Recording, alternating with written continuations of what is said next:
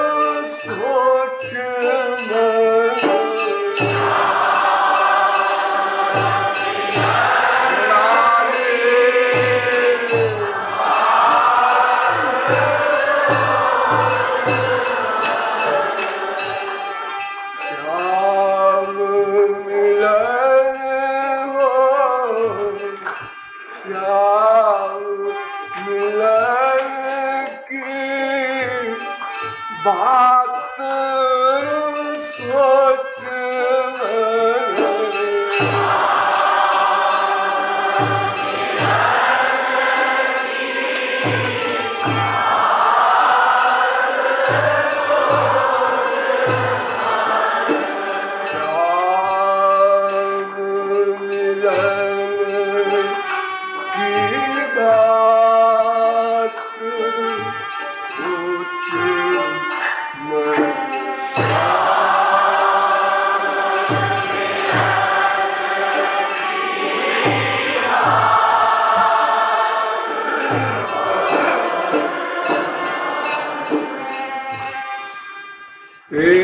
तत्ववेत्ता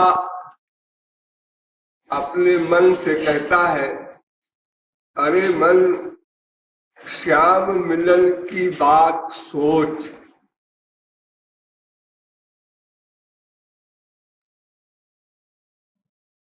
श्याम मिलन की बात क्यों सोचे? एक प्रश्न तो ये है। दूसरा प्रश्न ये है कि केवल मन के सोचने से क्या होगा?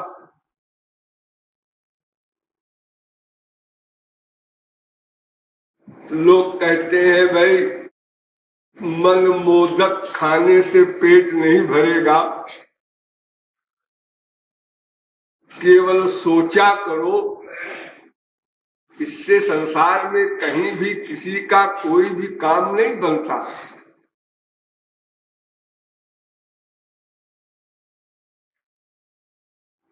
और फिर इसका परिणाम क्या होगा?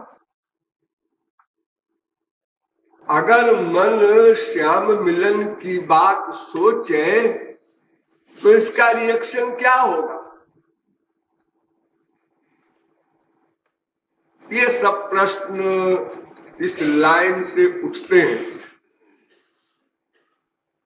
संक्षेप में समझ लीजिए, श्याम मिलन की बात क्यों सोचना है? इसलिए कि हम अपने लक्ष्य को प्राप्त कर सकें। हमारा लक्ष्य क्या है? केवल एक वाक्य में समझ लीजिए,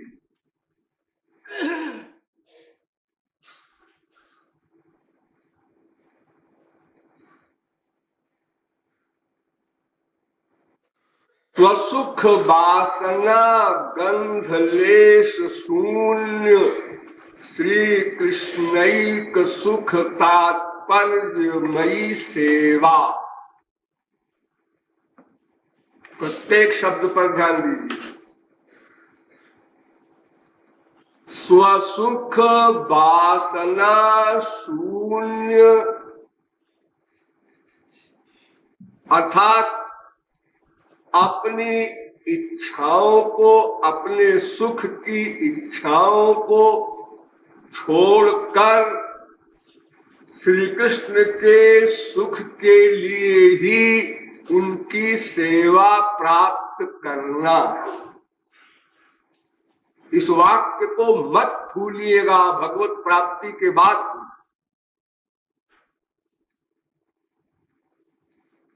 स्वसुख वासना गंध लेश शून्य श्री कृष्ण सुखैक तात्पर्यमयी सेवा, यह प्रत्येक जीव का लक्ष्य है। इसका डिटेल बहुत बार समझा चुके हैं। तो श्री कृष्ण की सेवा, श्याम सुंदर की सेवा, और सेवा में शर्त यह है कि अपने सुख की भावना न हो। यही समर्थारति है, यही गोपी प्रेम है, यही विशुद्ध प्रेम है, यही निष्काम प्रेम है, यही अविरल भक्ति है, यही निर्भरा भक्ति है, यही विशुद्धा भक्ति है, यही अनपायिनी भक्ति है। अनेक नाम है।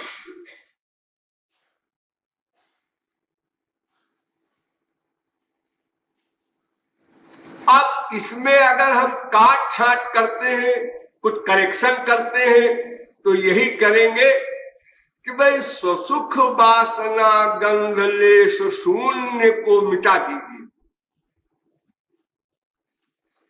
अपने सुख की कामना से श्री कृष्ण की सेवा करना, ऐसा अगर हो जाए तो अच्छा रहेगा।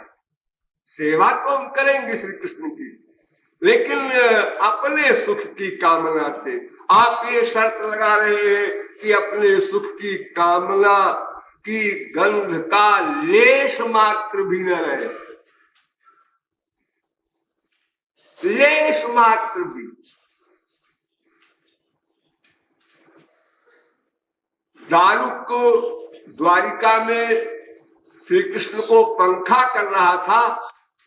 पंखा करते करते उसको कंप हुआ, आनंद में सात्विक भावों का उद्रेक होता है। उसमें स्तंभ स्वेद कंप रोमांच आदि आनंद जन्य सात्विक भाव उत्पन्न होते हैं। उस सात्विक भाव से, उस कंप से उसे बहुत दुख हुआ कि मैं तो अपना सुख लेने लगा, श्याम सुंदर की सेवा में बाधा पड़ गई। क्योंकि जब शरीर में कंप होगा तो पंखा ठीक से नहीं होगा, तो हमारे प्रियतम की सेवा नहीं हुई, सेवा में डिस्टर्ब किया इस कंप ने। ऐसे कंप के प्रति क्रोध किया दारू। श्याम सुंदर की आंखों से आंसू बहने लगे आनंद के। ऐसा मेरा भक्त है। गोविंद प्रेक्षणाक्षेपी बाष्प पूरा विवर्षिणम उच्चैरनिंदानंद मरविंद विलोचना। श्याम सुंदर के सुख को ही सिद्धांत में सामने रखना है प्रतिक्षण, और उनको जो सुख मिलेगा उस सुख को देखकर सुखी होना।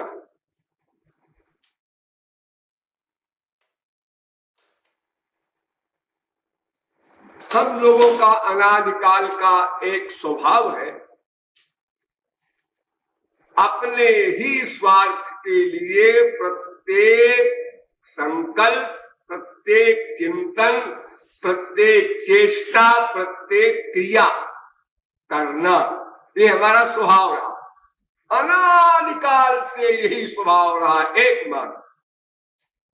ये सर्वविदित है, आप सब लोग जानते हैं, गधे भी जानते हैं। नवा अरे सर्वस्व कामाय सर्वम प्रियम भवत्यात्मनस्तु कामाय सर्वम प्रियम भवति। अपने सुख के लिए ही सबकी प्रियता होती है। कहने के लिए आप माँ से, बाप से, बेटे से, बीवी से, पति से प्यार करते हैं, लेकिन क्यों? जब ये क्वेश्चन आता है तो फिर आपको चुप रहना पड़ेगा, आप उत्तर नहीं दे सकते, क्योंकि उसका अगर वास्तविक उत्तर है तो एक है, अपने स्वार्थ के लिए।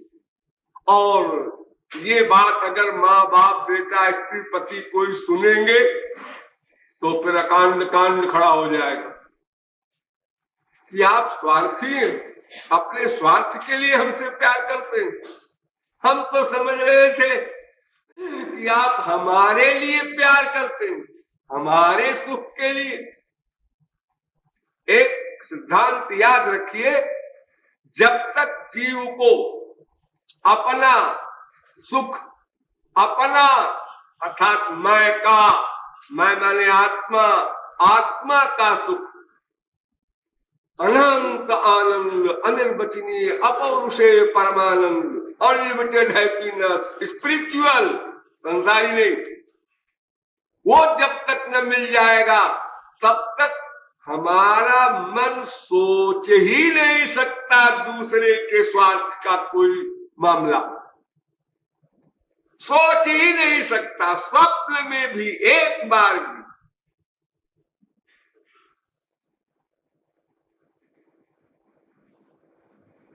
तो ये हमारा जो अभ्यास है अनंत जन्मों का, यही अभ्यास गुरु शरणागति में बाधक, यही अभ्यास भगवान की उपासना में बाधक, और यही दो वस्तुएं हमको भगवान से मिला सकती हैं, अपने लक्ष्य को प्राप्त करा सकती हैं। इसलिए हम गुरु शरणागति में भी फेल हो जाते हैं और भगवान की उपासना में भी फेल हो जाते हैं।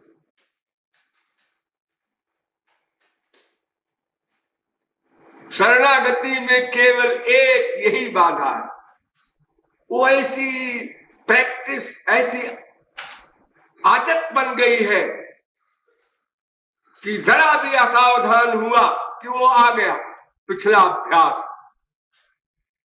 तो अपने स्वार्थ के लिए ही प्रत्येक जीव वर्क करता है, और इस क्षेत्र में उसे काटना है, बिल्कुल उल्टा है। श्याम सुंदर के सुख के लिए ही उनका मिलन प्राप्त करना है, उनसे मिलना है। मिलना लक्ष्य नहीं है। ध्यान दीजिए, आप लोग ये समझते हैं भगवान के दर्शन हो जाए, भगवत प्राप्ति हो जाए। भगवत प्राप्ति क्या करोगे करके? भगवत प्राप्ति तो बड़ी छोटी सी चीज है। भगवत प्राप्ति तो सच पूछो तो सबको नेचुरल है, करना वाला नहीं है।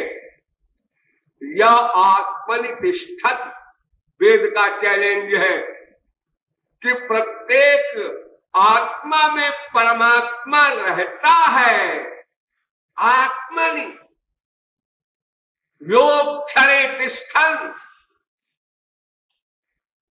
कांड शाखा में योग क्षरे तिष्ठन कहा, योग विज्ञाने तिष्ठन कहा, और माध्यंदिनी शाखा में यह आत्मनिष्ठत कहा। वो आत्मा में रहता है।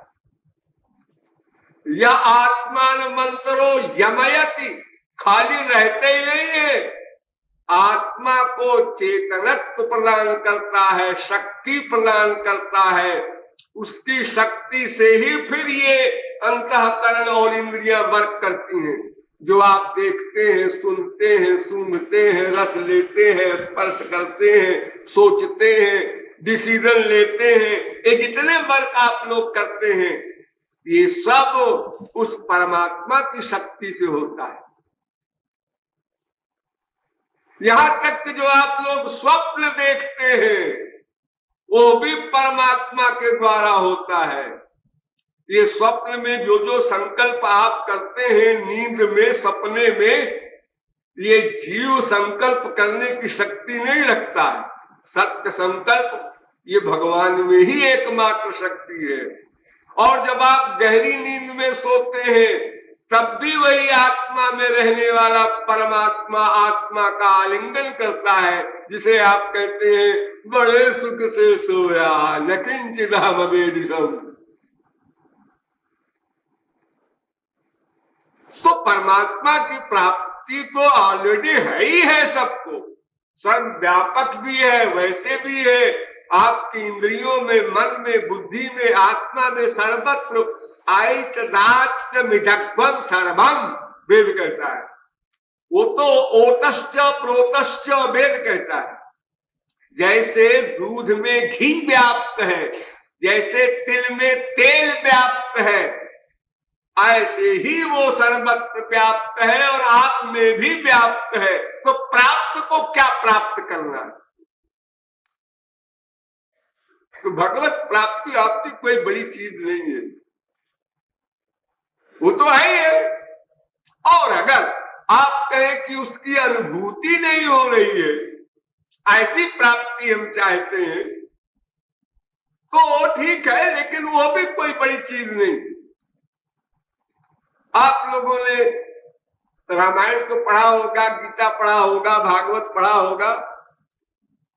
जब जब भक्त के सामने भगवान सशरीर प्रकट हुए, सगुण सविशेष साकार रूप में रामकृष्ण बनकर, क्या किसी भक्त ने कहा अच्छा आप आ गए, थैंक यू, हो गया काम खत्म हो गया, काम खत्म हो गया, बस यही हम चाहते थे आपके दर्शन हो जाए।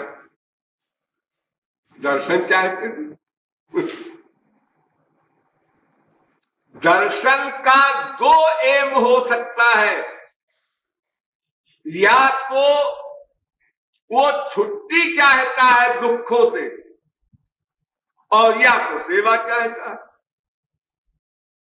दर्शन का मतलब जैसे हमने किसी व्यक्ति को बुलाया और रमेश इधर आओ, आया, कहिए और चुप हो जाए, उसके बाद आपका स्क्रू ढीला है क्या? हमको बुलाया और कुछ बोलते नहीं, अरे क्यों बुलाया हमको? या तो आत्यंतिक दुख निवृत्ति के लिए बुलाया, और या तो श्याम सुंदर की सेवा के लिए बुलाया। तो बजाय आत्यंतिक दुख निवृत्ति के और सेवा के, उसने तीसरी चीज कह दिया। क्या तीसरी चीज? हमको निष्काम प्रेम दीजिए, अविरल भक्ति दीजिए, अविरल भक्ति विशुद्ध तव, श्रुति पुराण जेहि गाव, जेहि खोजत जोगी समुनि, और प्रभु प्रसाद को पाओ, तो देहु दया करि राम। हमको भक्ति दो।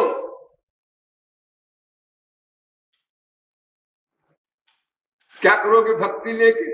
ये हमारी प्राइवेट बात है, कुछ भी करें।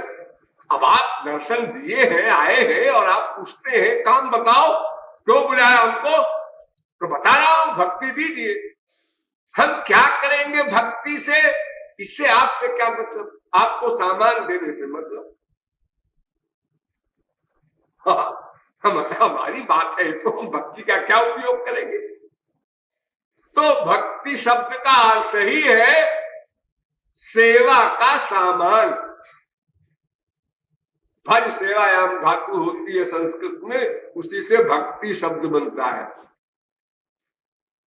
यानी भगवान की एक ऐसी पावर है जिसको पा करके हम जब चाहे भगवान को जहां चाहे वहां जैसे चाहे वैसा हम नचा सकते हैं। यानी इस सेव्य जिसके अंदर में हो उसका नाम भक्ति। जब सेव्य अंदर में होगा तो सेवा हमको सदा मिलती ही रहेगी। फिर सेव्य नहीं कह सकता कि बैठे रहो हमारे पास टाइम नहीं है, और टाइम नहीं है नहीं बोलना। वो जिस वस्तु के अंदर में आप है वो वस्तु मेरे पास है, उसको आपने दिया था ना, हाँ दिया था, तो फिर बात एक क्षण को भी आप सेवक से अलग नहीं हो सकते। इसी को इन शब्दों में हमारे शास्त्र कहते हैं, न चलत भगवत पदारविंदाल्लवनि विशार्धमपि यस्त वैष्णवाग्र्य प्रणयन सनया धृतांघ्रि पद्म। भागवत वो जैसे पतंग को डोरी ने पकड़ रखा है, सदा पकड़ रखा है। पतंग की अपनी कोई सत्ता नहीं, डोरी ही उसका अधिकारिणी है और उसी के अंदर में चलेगा। इसी प्रकार उस भक्ति के अंदर में भगवान रहता है, तो उसका भी अभिप्राय वही हुआ सेवा। तो आत्यंतिक दुख निवृत्ति की कामना करना भगवत प्राप्ति के बाद ये तो भोलापन है, अल्पज्ञता है, ना समझिए। क्योंकि अगर हमको सेवा मिली तो इसका मतलब भक्ति मिली, और अगर भक्ति मिली तो उसकी नौकरानी मुक्ति तो अपने आप पीछे पीछे हाथ जोड़े खड़ी रहती है, हमको भी ले लो, उसको ले लेंगे, एक सेकंड को बिल्कुल नहीं। अच्छा सगुण साकार वाली मुक्ति कहती है हमको तो ले लो, साष्टी मुक्ति, सालोक मुक्ति, सारूप मुक्ति, ये चार मुक्तियां कहती है हमको स्वीकार कर लो। साष्टी, सामीप्य, सालोक, सारूप्य, इन चारों मुक्तियों को भी कह दिया। एक शर्त पर तुमको ले सकते हैं, क्या? हमारी सेवा में डिस्टर्ब नहीं करना। हम तुम्हारा एकदम अपमान नहीं करते 100%, लेकिन तुम्हारा अधिकार हो हमारी सेवा पर, ऐसी हम चारों मुक्तियों को नहीं चाहते। तो मुक्तियां कहती है महाराज आप चाहो चाहे न चाहो हम तो आपके गले पड़ी गए, क्योंकि अब माया का बंधन तो होगा नहीं उस महापुरुष को। जब भगवान उसके अंदर में, तो माया सामने नहीं आ सकती, तो माया का बंधन कभी हो ही नहीं सकता, तो मुक्ति तो ऑटोमेटिक है। इसलिए संत लोग कहते हैं भक्ति करत सोई मुक्ति गोसाई आन इच्छित। यानी इच्छा नहीं किया, मांगा नहीं, चाहा नहीं, लेकिन वो है, हो गई। जैसे यहां अंधेरा है, हम आप लोगों को देखना चाहते हैं, तो हमने ये कह दिया कि आप लोग दिखाई पड़े, ऐसा कुछ करो भाई, तो प्रकाश कर दिया। अब आप लोग दिखाई पड़ गए, अंधकार तो चला ही गया, उसको क्या मांग रहे हो फालतू। अरे एक रोचक कथा आप लोग 1000 बार सुने हैं, सत्यवान सावित्री का। यमराज से सावित्री ने कहा मेरे पति को आप मत ले जाइए, मैं भी साथ चलूंगी। यमराज ने कहा स्पिरिचुअल लॉ चेंज नहीं हो सकता तुम्हारे लिए, तुमको हम नहीं ले जाएंगे, तुम्हारे पति को ले जाएंगे। पति को छोड़कर तुम्हें जो कुछ मांगना हो मांग लो, स्वराज्य, साम्राज्य, वैराज्य सब देने को तैयार है। तो सावित्री बड़ी चतुर थी, उसने कहा कि आप देंगे, वचन दे रहे हैं? बिल्कुल पक्का। यमराज कोई संसारी पावर वाला नहीं है, स्पिरिचुअल पावर वाला है। अनंत कोटि ब्रह्मांड के जितने यमराज हैं ये सब भगवान के सर्वेंट हैं। यमो यमयता हम।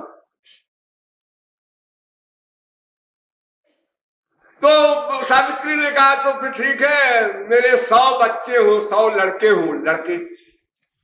उन्होंने कहा जाओ दिया, लौट जाओ। यमराज तुमको इतनी अकल नहीं है कि 100 लड़के कैसे होंगे बिना पति के? अगर 1 वर्ष में भी 1 लड़का होगा तो भी 100 वर्ष की आयु तो पक्की रजिस्टर्ड हो ही गई। तो उसी प्रकार अगर किसी को श्री कृष्ण की भक्ति मिल गई तो फिर मुक्ति तो अपने आप हो गई, उसको मांगने की आवश्यकता है। हाँ, मुक्ति तो वे लोग मांगेंगे जिनको भक्ति से कोई सेवा आदि का लक्ष्य ही न हो। याद रखिएगा, भक्ति के बिना मुक्ति नहीं हो सकती। चाहे वो कर्मी हो, ज्ञानी हो, तपस्वी हो, योगी हो, कोई भी हो।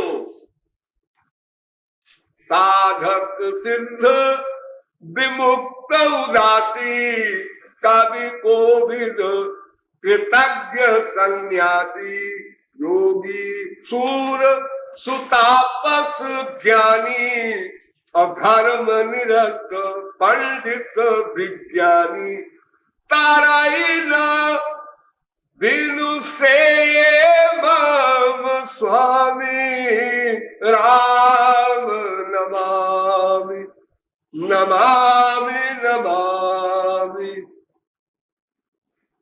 जिमि थल बिनु जल रही न सकाई, कोटि भांति को करयु पाई, तथा मोक्ष सुख सुनु खगराई, रही न सकई हरि भगति बिहाई। मोक्ष कारण सामग्र्याम भक्ति गलीयसी, भक्ति के बिना मुक्ति का प्रश्न ही नहीं। तो भोले भाले लोग मुक्ति चाहते हैं, केवल मुक्ति। और जो समझदार है वे भक्ति चाहते हैं, मुक्ति की तरफ देखते ही नहीं, क्योंकि वो तो अंडरस्टूड है, अपने आप हो जाएगी। अपने आप होने वाली चीज का ये एहसान क्यों लो भगवान से? सीधी सी बात। इसलिए अपने सुख की कामना का परित्याग करना ही होगा। ये बात आप लोग चाहे आज मान ले और चाहे इसी प्रकार अनंत जन्म तक बाबाओं के प्रवचन सुने और फिर कभी माने, एक दिन यह बात माननी पड़ेगी। तभी आध्यात्मिक जगत का ABCD प्रारंभ होगा। गांठ बांध लीजिए, स्वर्ण अक्षरों में लिख लीजिए। और अगर आप कहें कि अभी नहीं जल्दी है तो ठीक है, ऐसी कोई बात नहीं है। भगवान को क्या जल्दी है? जब आपको जल्दी नहीं है तो भगवान को क्या परेशानी है कि वो जल्दबाजी करें आपके साथ? लेकिन सिद्धांत आकाश यही है कि जब भी आपको परमार्थ की कामना जागृत हो तो फिर स्वार्थ की कामना का परित्याग करना होगा। यहीं पर गाड़ी रुकी है। भगवान की भूख जिसे आप कहते हैं, श्रद्धा जिसे कहते हैं, विश्वास जिसे कहते हैं, ये सब चीजों का आधार यही है। यहीं पर गाड़ी रुकी है। गुरु जी के पास बहुत बार गए, श्रद्धा नहीं हुई, विश्वास नहीं हुआ, यानी 100% नहीं हुआ। आगे बढ़ा पीछे हटा, आगे बढ़ा पीछे हटा। ये जोकरी बहुत बार हुई, लेकिन वो स्थायी नहीं हुआ। ये सब गड़बड़ हमारे अंतःकरण की है। ये संसार खतरनाक है। दोष देते हैं हम लोग बाहर के संसार का, हमारी बीवी ऐसी है, हमारा बेटा ऐसा है, हमारा पति ऐसा है, हमारा बाप ऐसा है, हमारा पड़ोसी ऐसा है, हमारा देश ऐसा है। अरे क्या बकबक करते हो, ये तो भगवान का बनाया हुआ है, इसको गाली क्यों दे रहे हो? ये तो तुम्हारे प्रियतम का बनाया हुआ जगत है, सत्य है, इसमें तुम्हारा प्रियतम नित्य व्याप्त है, इसकी बुराई मत करो। अनन्य भक्ति ही तुम्हारी नहीं बनेगी अगर बुराई करोगे तो। सो अनन्य गति जाके मत न टरे हनुमंत, मैं सेवक सचराचर रूप राशि भगवन। उमाज राम चरण रत विगत काम मद क्रोध, तो निज प्रभु मय देख ही जगत।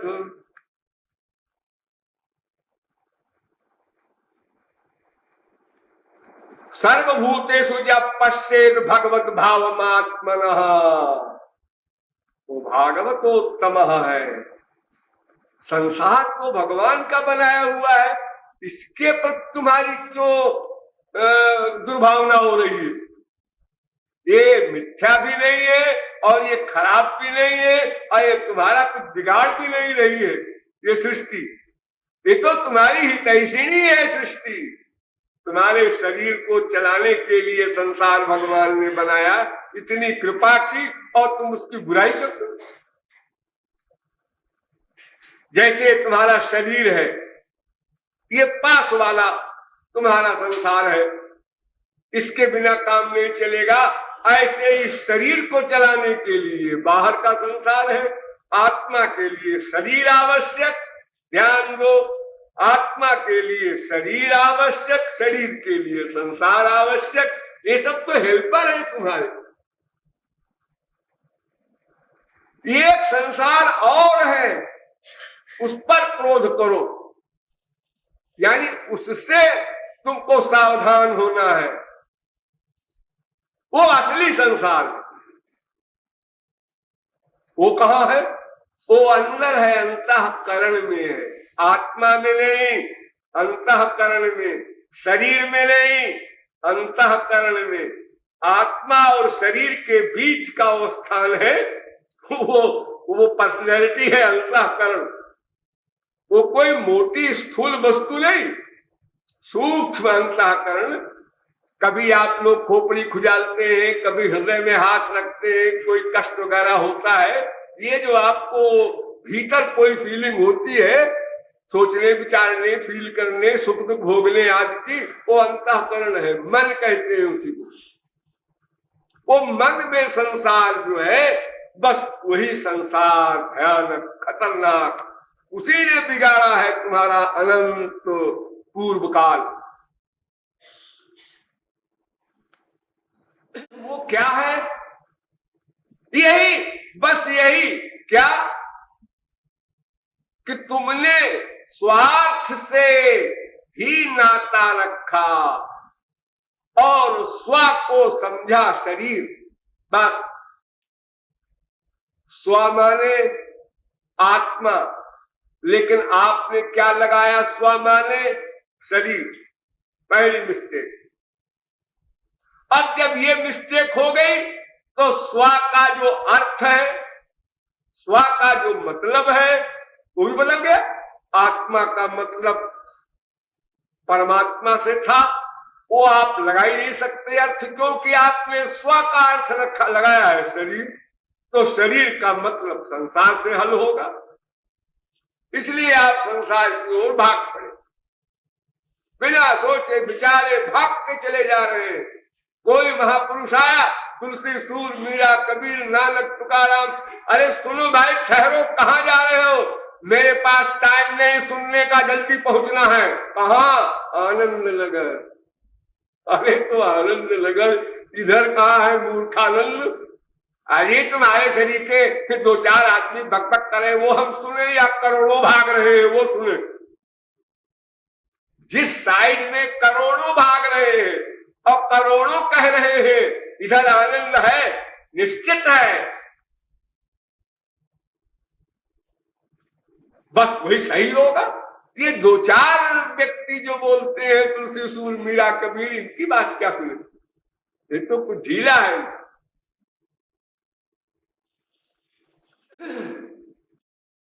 तो ये जो भीतर का संसार है वासनात्मक,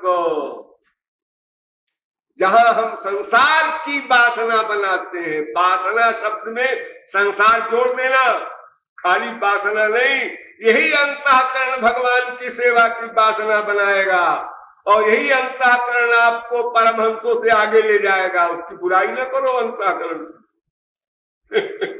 इस अंतःकरण में ये जो संसार की वासना हमने बनाया, ममता संसार से किया वासना के कारण, ये मेरी माँ, मेरा बाप, मेरी बीवी, मेरा बेटा, मेरा धन, ये मेरा मेरा करके जो हमने मटीरियल जगत में अपनत्व कायम किया, ये वासना हमारी डेंजरस है और यही संसार है और यही माया है और यही खतरा है, सब कुछ यही है। बाहर कहीं मत देखो, कोई गड़बड़ नहीं है, सब स्क्रू सही है। स्क्रू ढीला तुम्हारा भीतर वाला है, अगर ये ठीक हो जाए तो बाहर सर्वा सुखमया दिशा, सब मंगले मंगल, आनंद ही आनंद। जिसने अंदर की जागतिक वासना को मिटा दिया या उसको डाइवर्ट करके ईश्वरीय बना दिया, वो क्या कहता है? ईशावास्यविदग्धं सर्वं यत्किंच, जो कुछ भी विश्व में दिखाई पड़ता है या नहीं दिखाई पड़ता, स्वर्गादिक लोग, ये सब कुछ नहीं है, अब आनंद ही आनंद है, ब्रह्म ही ब्रह्म है। श्री राम माय सब जग जानी, सारा संसार, सीताराम, राधा कृष्ण, वासुदेव सर्वमिति समहात्मा सुदुर्लभा। गीता। वासुदेवात् परो ब्रह्मन् न चान्योर्थोस्ति कश्चित्, कोई और तत्व है ही नहीं, कोई चीज ही नहीं है। अगर कहो माया का सामान, उसमें भगवान व्याप्त, अगर कहो जीव, उसमें भगवान व्याप्त, और फिर और इसके अतिरिक्त संसार में है क्या? अरे जड़ वस्तु है, चेतन है, जड़ चेतन ये दो ही तो है।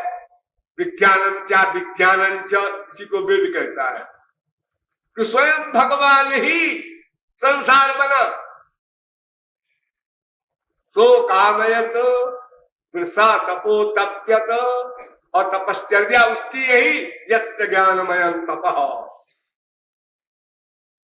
और ये जो कुछ उसने बनाया या प्रकट किया, फिर बना करके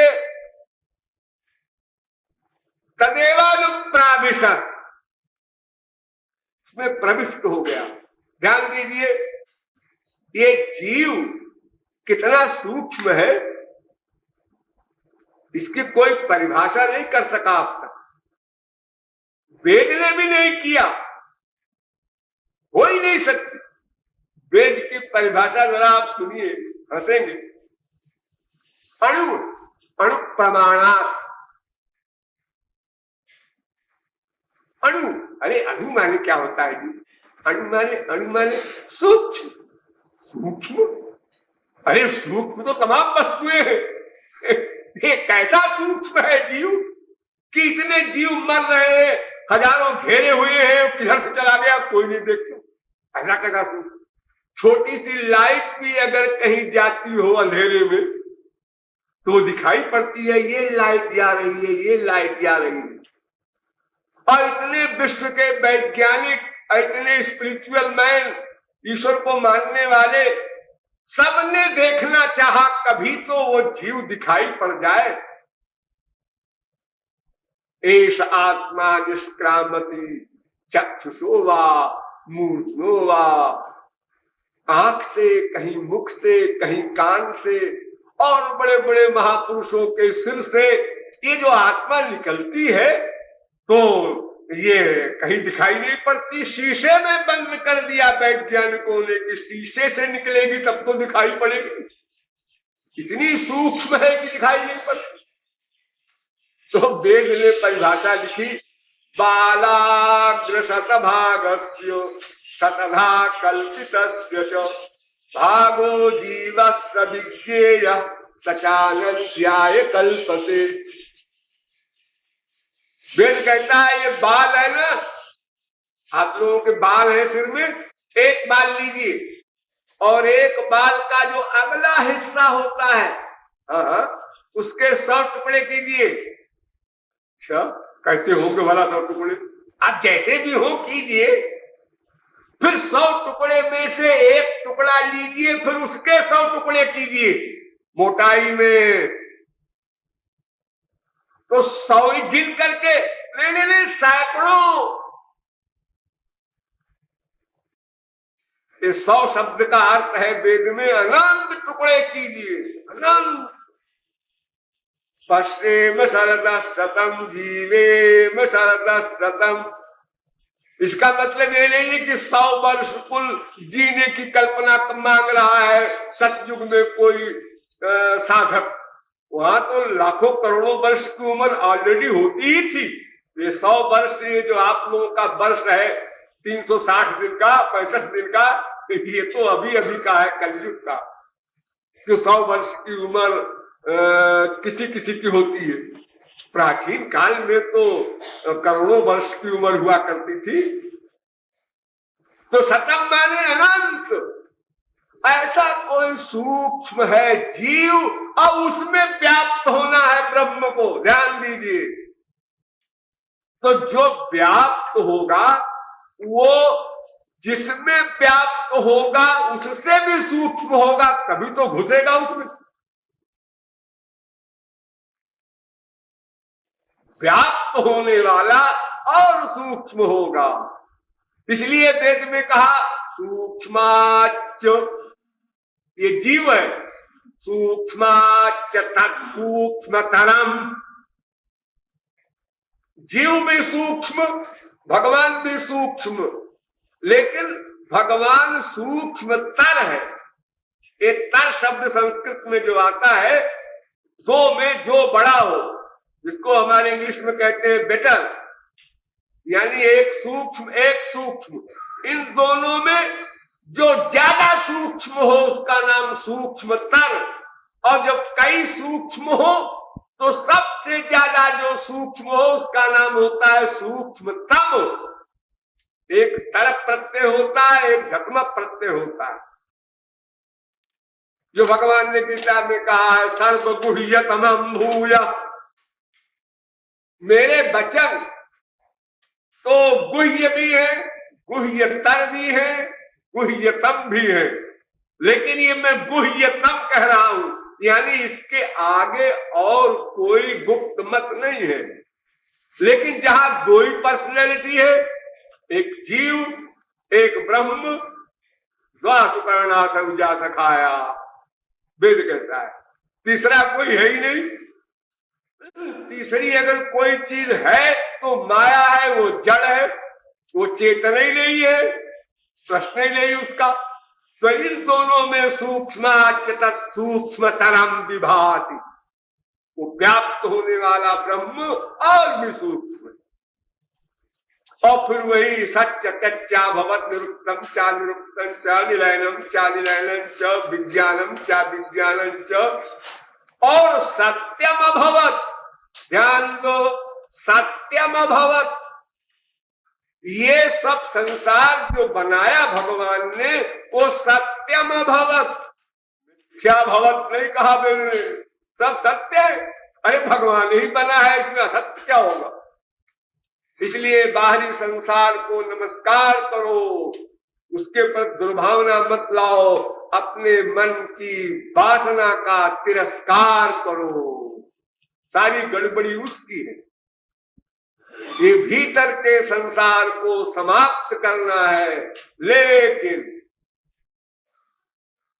अनादिकाल से अब तक कोई भी किसी भी साधना से इस भीतर वाले संसार को समाप्त नहीं कर सका, न भविष्य में कर सकेगा। ध्यान दो, ये भीतर का संसार जो संसारी वासना का है, इसको कोई समाप्त नहीं कर सकता। दिन रात सोचिए, समाप्त कर दूंगा, समाप्त कर दूंगा। क्या समाप्त कर दूंगा? माँ की इच्छा, बाप की इच्छा, बेटे की इच्छा, बीबी की इच्छा, रसगुल्ला की इच्छा।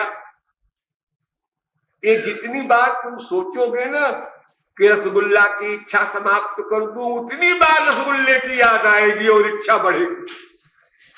ये समाप्त नहीं होगा और आप बीमारी बढ़ा रहे हैं। ये दवा नहीं है।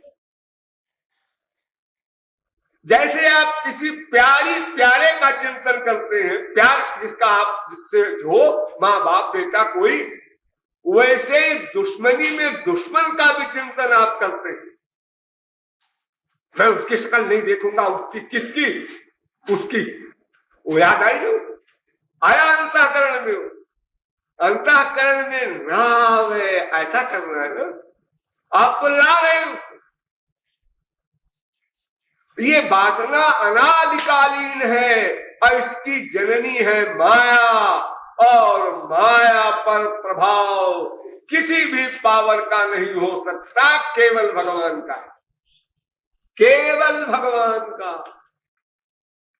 इसलिए ये भीतर की जो आपकी जागतिक वासना है, इसके समाप्त करने की बात न सोचना कभी। और इसी के सब ये परिवार है, काम, क्रोध, लोभ, मोह, ईर्ष्या, द्वेष। आप लोग अपने गुरुओं से जाकर कहते हैं महाराज जी और तो सब ठीक है, गुस्सा बहुत आता है, गुस्सा, क्रोध। तो क्या करें गुरुजी? अब आप गुरुजी आप गुस्सा किया कीजिए, हमको अपना स्थान दे दीजिए, यही मतलब है। अरे गुस्सा जो है, जिसे क्रोध कहते हो तुम, ये क्रोध माया के सेनापति का नाम है। ये सब बड़े बड़े जनरल हैं माया रूपी उस अध्यक्षा की। ये बड़ी बड़ी पावर है, इन पर कोई कंट्रोल नहीं कर सकता, क्योंकि इनकी जननी वही जाकर खड़ी होती है माया।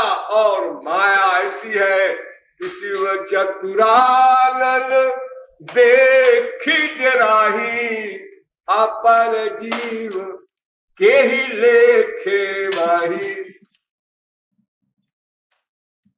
इसलिए इनको हटाने का, मिटाने का, छोड़ने का, इन पर गुस्सा करने का ये प्लान गलत। फिर क्या करें? इनको डाइवर्ट कर दो, एरिया चेंज कर दो, सबको रहने दो। ममता तू भी रहे, कामना तू भी रहे, क्रोध तू भी रहे, लोभ तू भी रहे, सब रहो।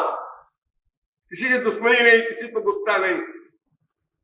इनको सबको श्री कृष्ण के एरिया में घुमा दो, बदल दो। जैसे साइकिल देखा होगा आप लोगों ने, चले भी होंगे उस पर बैठ करके, साइकिल चलती रहे, चलती रहे। आप दाहिने मोड़ दो, बाएं मोड़ दो, पीछे मोड़ दो, ये सब आप कर सकते हैं। लेकिन आप चलाएं ना साइकिल को, खड़े खड़े आप चाहें साइकिल चले तो आप गिर जाएंगे, साइकिल पे गिर जाएगी। ये मन ऐसा है कि चाहे जागतिक वासना बना लो और चाहे ईश्वरीय वासना बना लो, लेकिन ये नहीं हो सकता है कि हम इधर भी नहीं उधर भी नहीं, पेंडिंग में पड़े रहेंगे, स्थिर रहेंगे, मन का वर्क ही बंद कर देंगे। ये आपके हाथ में नहीं, ये किसी के हाथ में नहीं। ये मन नित्य है, अनादि है। अनादि है, जैसे भगवान अनादि, माया अनादि, जीव अनादि, ऐसे मन भी अनादि। जब आप लोग इस संसार से जाएंगे तो मन साथ जाएगा। सहाय बैठाई सरबाई, ये सब साथ जाएंगे। इंद्रिय मन बुद्धि सूक्ष्म रूप है इनका। ये स्थूल वाले आप संसार में छोड़ जाएंगे, लेकिन मन अगर चलना जाए तो फिर पिछला संस्कार कौन सोचे? फिर तो कोई बच्चा जीवित भी ना रह सके। माँ अपने बच्चे को दूध नहीं पिला सकती, कैसे पिलाएगी? कैसे समझाएगी बच्चे को कि बच्चे देख, जब मैं स्तन तेरे मुंह में डालूं तो तू स्तन से ऐसे चूस करके दूध निकाल लेना। अभी वो तुरंत का पैदा हुआ बच्चा, कौन समझाएगा उसको? लेकिन क्या कमाल है उस अंतःकरण का, मन का, जो तमाम जन्मों में दूध खींच चुका है माँ के स्तन से। मुंह में लगाते ही स्तन बच्चे ने बड़े आराम से खींच लिया दूध। इतनी बड़ी योग्यता का काम बच्चे ने कर लिया। अजी बच्चे का कमाल नहीं, वो अंतःकरण है अनंत जन्मों का, उसका अभ्यास है, वो संस्कार है, उसके कारण उसने कर लिया। तो मन को डाइवर्ट करना होगा ईश्वरीय क्षेत्र में, बस यही एक उपाय है। बाकी आप ये सोचें कि हम इच्छाओं को छोड़ दें, क्रोध को छोड़ दें, लोभ को छोड़ दें, तो आप हाफ मैड नहीं है, फुल मैड। और ये दवा करने नहीं जा रहे, बीमारी बढ़ाने जा रहे हैं। तो इस प्रकार जितने भी हमारे बाधक तत्व हैं, उन बाधक तत्वों में सबसे प्रधान यही अंदर का जागतिक वासना का संसार है। तो कहा जाता है कि भाई देखो, ये जो तुम सोचते हो संसार में सुख है या संसार हमारा है, इसके बजाय श्याम मिलन की बात सोचो। मन सोचने का काम करता है, और ये सोचो, सोचने के बाद फिर आगे क्या होगा? संसार में हम सोचते हैं, आज हमको रसगुल्ला खाना है, सोचा तो पैसा चाहिए, पैसा है नहीं है तो पड़ोसी से मांग ले, तो पड़ोसी के घर चले, तो मांगा, तो बाजार गए, तो दुकानदार से कहा, तो उसने तौल कर दिया, तो खाए। अब काम पूरा हुआ रसगुल्ले का। इतना तो लगा तब काम बना। और श्याम सुंदर से मिलने के लिए कुछ नहीं करना, सोचा, मिल गए। आगे एक भी सोपान नहीं, एक भी सीढ़ी नहीं है इसके आगे। ये पहला और अंतिम जंक्शन है। सोचा और मिल गए। भगवान कहते हैं भाई देखो कितना सरल है। मां मरुत्मरतश्चित्तम मय्येव प्रविलीयते।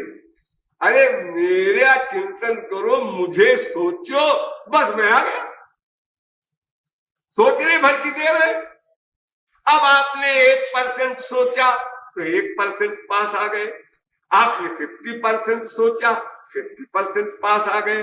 आपने 100% सोचा, बस सकदेव प्रपन्नाय तवास्मीति च याचते, हो गया काम। क्षिप्रम भवति धर्मात्मा। वो सोचना कैसा हो और उसके लिए क्या क्या बातें हैं, बहुत सारी, वो आप लोग जानते ही हैं, समझदार हैं। श्रेष्ठ कवि। बोलिए वृंदावन बिहारी लाल की।